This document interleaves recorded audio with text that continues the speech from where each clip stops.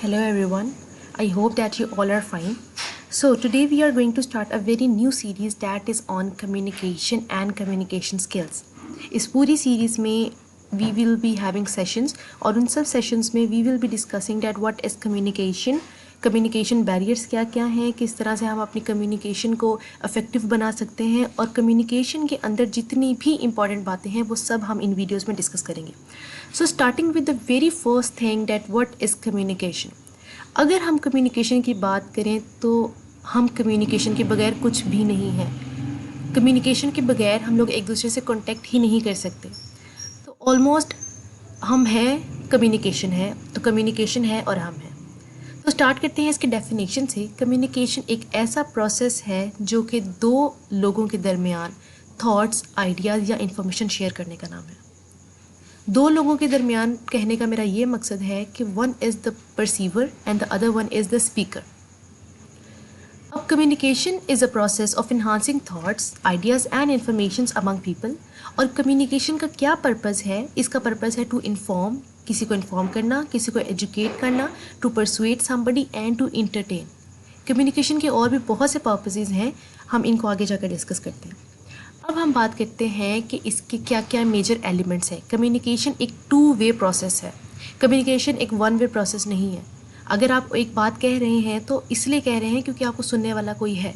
अगर आपको सुनने वाला ही कोई नहीं है तो आप बात किससे करेंगे? So communication is a two way process. Two way इसलिए कहा जाता है कि अगर एक स्पीकर है तो दूसरा लिसनर है, या अगर एक लिसनर है तो दूसरा स्पीकर है. तो अब हम इनके 5 मेन एलिमेंट्स की बात करते हैं. सबसे पहला हमारे पास है सोर्स. सोर्स का मतलब सेंडर. सेंडर का मतलब स्पीकर. जो बंदा बोल रहा है, जो मैसेज दे रहा है, डैट इज़ स्पीकर और सेंडर. यानी कि मैसेज का जो ओरिजिन है, जो मैसेज देगा, वो हमारे पास सोर्स है. सेकंड मेन चीज़ हमारे पास है मैसेज. अब मैसेज हमारे पास, अगर मैसेज ही नहीं होगा तो फिर कन्वे क्या करना है? तो वो आइडिया जो कम्युनिकेट किया जाए, that is message. Third we have channel. Channel का मतलब हम किस तरीके से, किस सोर्स के थ्रू अपना मैसेज सेंडर तक कन्वे कर रहे हैं. Receiver is the person who is the addressee of a message. यानी कि जो मैसेज को परसीव कर रहा है, रिसीव कर रहा है. And at the end we have feedback. यानी कि जो हमने बोला, क्या वो रिसीवर ने इंटरप्रेट किया और किस तरह से उसने उस मैसेज को मीनिंग दिया. तो ये 5 एलिमेंट्स मिलकर कम्युनिकेशन इफेक्टिव बनाते हैं. आजकल के दौर में emails, we have voicemails, mobile phones हैं, टेक्स्ट हैं, मैसेजेस हैं, मतलब हर तरह की चीज़ से हम कम्युनिकेट करते हैं. We communicate by Twitter, Skype, Instagram, Facebook, everything. तो अब तो हर जगह कम्युनिकेशन है और पहले की निस्बत अब communication is very easy. Communication को थोड़ा और डिस्क्राइब करते हैं. Communication literally means making common. यानी कि हम अपने आइडियाज़ को, अपने थॉट्स को कॉमन करते हैं. कैसे? शेयर करके. हम इसको इस तरह से भी डिफ़ाइन करते हैं कि कोई ऐसा एक्शन जो कि मैसेजेस को क्रिएट करे या कोई मैसेज या किसी डिस्प्ले को इंटरप्रेट करे, डैट इज़ कम्युनिकेशन. और जो ऑर्गेनाइजेशनल कम्युनिकेशन होती है वो हम इसको किस तरह से डिफ़ाइन करते हैं कि culturally dependent process of sharing information and creating relationships in environments design for manageable and goal oriented behaviour. यानी कि हम आपस में अपने आइडियाज़ और थॉट्स या इन्फॉर्मेशन को शेयर कर कर जो एक रिलेशनशिप बनाते हैं, वो भी कम्युनिकेशन की बेसिस पे बनता है. अब फॉर्मल कम्युनिकेशन में 2 तरह के टाइप्स हैं. एक है इंटरनल और एक है एक्सटर्नल कम्युनिकेशन. इसको मैं एक ऑर्गेनाइजेशन या एक कंपनी को मद्देनज़र रखते हुए इसकी एग्जांपल्स दूंगी कि अगर तो बात सिर्फ, फॉर एग्जांपल एक कंपनी है, उसके वर्कर्स हैं, अगर तो वो बात कंपनी के अंदर ही अंदर हो, यानी कि आपस में with in the workers, with in the managers अगर कोई हो, कम्युनिकेशन हो, इंटरेक्ट हो, आपस में वो लोग कॉन्टेक्ट करें, तो वो होगी इंटरनल कम्युनिकेशन. लेकिन अगर वही कम्युनिकेशन एक वहाँ का सेल्स पर्सन जो है या वहाँ का कोई मैनेजर है वो आउटसाइड द कंपनी करे, बाहर के किसी बंदे से या मार्केट से कम्युनिकेट करे, तो वो होगी एक्सटर्नल कम्युनिकेशन. दोनों केसेस में कम्युनिकेशन बेटर होनी चाहिए क्योंकि एक अच्छी ऑर्गेनाइजेशन या एक अच्छी कंपनी के लिए good communication is very vital. So यहाँ पर इसको बताने का ये मकसद है कि ये फॉर्मल कम्युनिकेशन में टाइप्स हैं, एक इंटरनल और एक एक्सटर्नल. अब है टाइप्स ऑफ कम्युनिकेशन. ये कॉमनली एग्जांपल्स हैं जो कि हम नॉर्मली यूज़ करते हैं. सबसे पहले है रिटन कम्युनिकेशन. रिटन कम्युनिकेशन बहुत तरह की हो सकती है, यानी कि जो हमें लिखे हुए मिल जाए. ये इसकी एग्जांपल है, जैसे मैसेजेस करते हैं, फिर हम अगर बुक पढ़ते हैं तो वो भी हमें मैसेज ही है, हम राइटर हमसे कम्युनिकेट कर रहा होता है। Next we have oral communication. Oral communication है जो हम आपस में बात करते हैं। नॉन वर्बल कम्युनिकेशन जो हम अपने जेस्चर्स के थ्रू, बॉडी लैंग्वेज के थ्रू कांटेक्ट करते हैं। ग्रेप वाइन कम्युनिकेशन हमारे पास ऐसी टाइप है जो कि हमें उड़ती उड़ती अफवाहें मिलती हैं, तो उन से जो बात बनती है वो ग्रेप वाइन है कम्युनिकेशन में। और इलेक्ट्रिक मीडिया मीन्स के जो हमें सोशल मीडिया के थ्रू जो हम कम्युनिकेट करते हैं। तो अब हम बात करते हैं रिटन कम्युनिकेशन की। रिटन कम्युनिकेशन की मैंने एग्जांपल दी कि जिस तरह हम एक बुक रीड करते हैं तो वो एक it's a type of written communication, कि राइटर ने राइट कर दिया, अब हम उसको पढ़ रहे हैं, इंटरप्रेट कर रहे हैं। इसका मतलब है कि हम राइटर के थॉट के साथ कम्युनिकेट कर रहे हैं। इसकी एक और एग्जाम्पल है कि अगर एक स्टूडेंट पेपर देता है और एग्जामिनर उसको चेक कर रहा है, तो एग्जामिनर से कौन कम्युनिकेट कर रहा है? डायरेक्ट स्टूडेंट नहीं कर रहा, but the paper is communicating with the examiner. अब इसकी क्या क्या इंपॉर्टेंस है? सबसे पहले written communication is better for facts and opinions. फिर उसके बाद ये इंपॉर्टेंट है कॉम्प्लिकेटेड या डिफ़िकल्ट मैसेजेस देने के लिए, क्योंकि जब आप एक चीज़ लिख लेते हो तो वो एक रीडर बार बार पढ़ के उसको समझ सकता है अगर उसको समझ ना आए तो। फिर एक रिकॉर्ड रखने के लिए हम रिटन कम्युनिकेशन को इम्पॉर्टेंट समझते हैं, एक अच्छी अंडरस्टैंडिंग के लिए। और दूसरा, जो चीज़ लिखी जाती है वो पूरी तरह प्लान्ड होती है और बहुत वेल थॉट होती है। और उसके अलावा अगर हम वो रिटन कम्युनिकेशन अगर हम कोई टेक्स्ट वगैरह या ईमेल वगैरह किसी को सेंड करें तो हम बहुत कम चांसेस होते हैं कि हम उसमें गलती करें, क्योंकि हम उसको बार बार रीड करते हैं। Next we have oral communication. Oral communication written के निस्बत क्विक है, लेस कॉस्टली है, इसमें हमें कोई इंटरनेट वगैरह की ज़रूरत नहीं पड़ती, हम आपस में बात कर लेते हैं। लाइक इट्स लाइव कम्युनिकेशन, ज़्यादा पर्सनलाइज्ड है, बातों को लफ्ज़ों में मीन्स लिख के बयान नहीं करना पड़ता, आप डायरेक्ट बोल देते हैं। टेक्स लेस टाइम, क्यों? क्योंकि हम लिखने में टाइम ज़्यादा लगता है और बात करने में it takes less time. Ready feedback होता है तो क्लैरिफिकेशन के चांसेस ज़्यादा होते हैं। अगर किसी को बात नहीं समझ आई तो हम उसको फ़ौरन क्लियर कर देते हैं कि मेरा ये मतलब नहीं था। इंटरेक्शन अच्छी होती है, ज़्यादा इम्पैक्ट होता है। It's up to the speaker कि वो अपनी बात को कितना मनवाता है अगले से। और ओरल कम्युनिकेशन में हम नॉन वर्बल क्लूज़ को भी देख लेते हैं।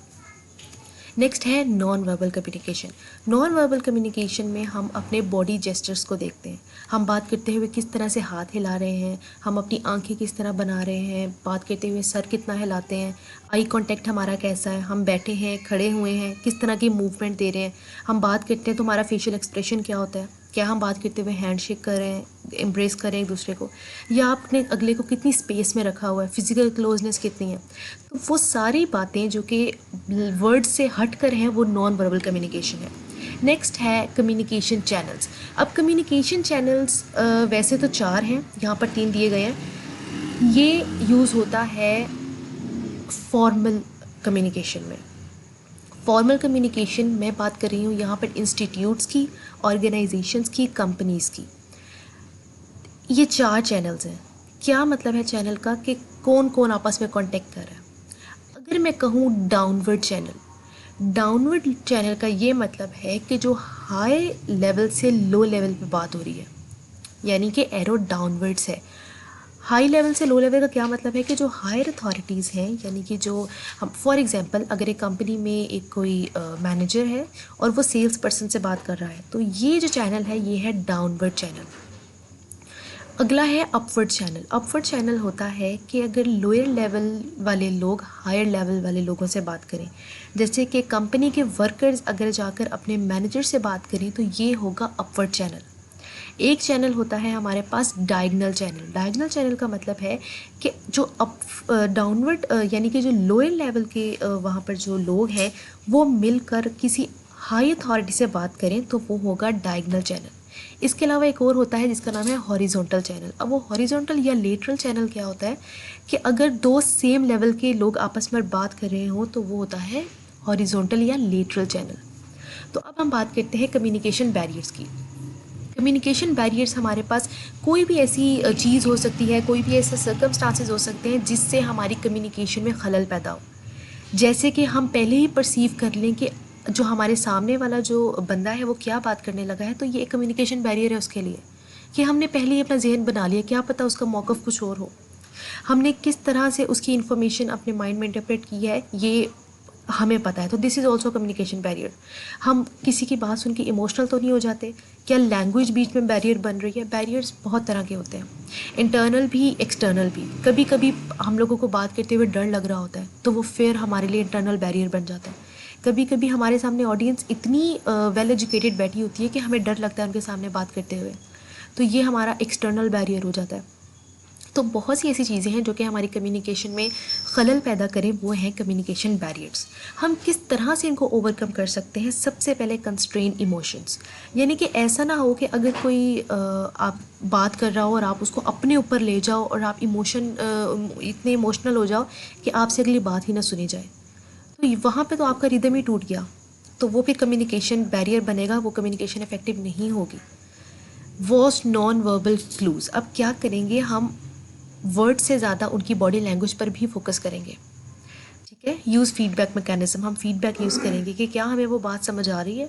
सिंपल लैंग्वेज यूज़ करने की कोशिश करेंगे। और सबसे इम्पॉर्टेंट बात कि हम एक्टिवली सुनेंगे, ना कि पैसिवली, क्योंकि अगर हम एक्टिव होंगे तो हम अच्छी तरह बात को समझ पाएंगे कि स्पीकर कहना क्या चाह रहा है। अब हम बात करते हैं फीडबैक की। हर कम्युनिकेशन के लिए effective feedback is very important. मैं क्यों ऐसा कह रही हूँ? क्योंकि किसी भी काम की अगर इवैल्यूएशन ना हो तो वो काम हमें पता नहीं लगता कि वो ठीक जा रहा है या गलत। तो अगर हमने देखना है कि हमारी कम्युनिकेशन इफेक्टिव हो तो उसके लिए हमें ये चीज़ें करनी पड़ेंगी जो कि स्क्रीन पे इस टाइम शो हो रही हैं। जैसे कि हमें एक तो अपना फीडबैक इम्पर्सनल रखना चाहिए, हमें उसमें बायस्ड नहीं होना चाहिए, उसमें कोई प्रेजुडाइज नहीं करना चाहिए कि मैं तो इससे बात ही नहीं करती, मैं इसकी बात ही नहीं मानूंगी, लाइक दिस।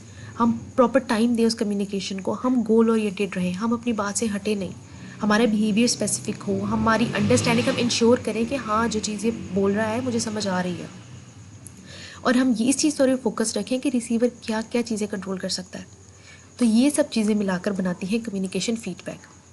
अब एक कम्युनिकेशन रैपिड के लिए क्या क्या चीज़ें रिक्वायर होती हैं? सबसे पहले हमें चाहिए self confidence. To have effective communication हमें सेल्फ कॉन्फिडेंस की सबसे ज़्यादा ज़रूरत है। उसके बाद हमें ये समझना है कि हम जिस ऑडियंस के सामने बात करने जा रहे हैं वो ऑडियंस कैसी है, हमने एनालिसिस करना है। हम एंथुजियास्टिक होने चाहिए, हमें इतना कॉन्फिडेंस, इतना करेज, इतना पैशन होना चाहिए कि हम इजीली अपनी बात आगे कन्वे कर सकें। एक अच्छा आई कांटेक्ट हो, इंटरेस्टेड हो हम लोग ऑडियंस में और ऑडियंस हम में, that's very important. Active communication होनी चाहिए। अब हम बात करते हैं बॉडी लैंग्वेजेस की। अब कम्युनिकेशन एक सीरीज़ है, किस चीज़ का? वी हैव 5 सेंसेस, उन 5 सेंसेस के जो भी एक्सपीरियंसेस हैं वो भी कम्युनिकेशन में आते हैं। लाइक हेयरिंग, आप कुछ सुन रहे हो तो you are communicating. Smell, smell आपसे कम्युनिकेट करती है। लाइक जैसे ही घर में बिरयानी की खुशबू आ रही होती है तो फ़ौरन पता लग जाता है कि आज बिरयानी बन रही है, तो वो है कम्युनिकेशन। किसी चीज़ को देखना, टेस्ट करना, touch, so these are the things that are the examples of communication. और कम्युनिकेशन हमारे लाइफ के हर सिचुएशन में है। हम ऐसा नहीं कह सकते कि हम बगैर बात किए या without communication we can survive, no. अब टोटल जो कम्युनिकेशन प्रोसेस है वो 4 चीज़ों पे डिवाइड करता है। 4 जो हमारी basic you can say skills हैं। सबसे ज़्यादा जो कम्युनिकेशन का रोल है वो है लिसनिंग में। ऑलमोस्ट 45 to 50% कम्युनिकेशन लिसनिंग पे बेस करती है। उसके बाद जो 30% है वो स्पीकिंग है, 16% रीडिंग है और 9% राइटिंग है। मैं आगे इसको एक्सप्लेन करती हूँ कि मैंने बात क्यों की। ये है बैरियर्स इन कम्युनिकेशन और हम आगे जाके इनको फुल डिटेल में डिस्कस करेंगे इन द कमिंग वीडियोस। वैसे इनके नाम देख लेते हैं। पर्सनल बैरियर्स होते हैं, physical, physiological, emotional, semantics and cultural barriers. ये सारे कम्युनिकेशन के बैरियर्स हैं और हम आगे जाके इनको डिटेल डिस्कस करेंगे। नेक्स्ट है disagreement between verbal and non verbal messages.